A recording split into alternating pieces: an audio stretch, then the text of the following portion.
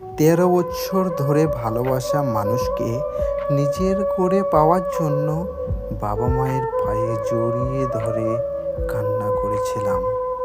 আর আমি বললাম, ওরে আমি সত্যি অনেক ভালোবাসি।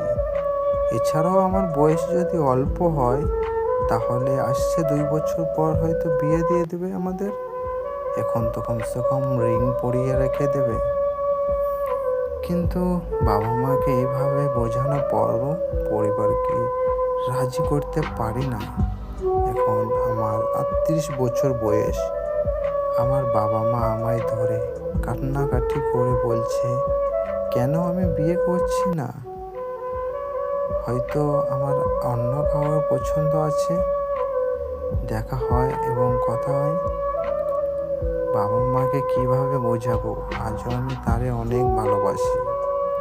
শুধু ভালোবাসা দেখানো বন্ধ হয়ে যায়, কিন্তু প্রকাশ করাটা কি অতই তো জরুরত। ভালোবাসা শেষ হয় না, ভালোবাসা শুধু প্রকাশ করা বন্ধ হয়ে যায়।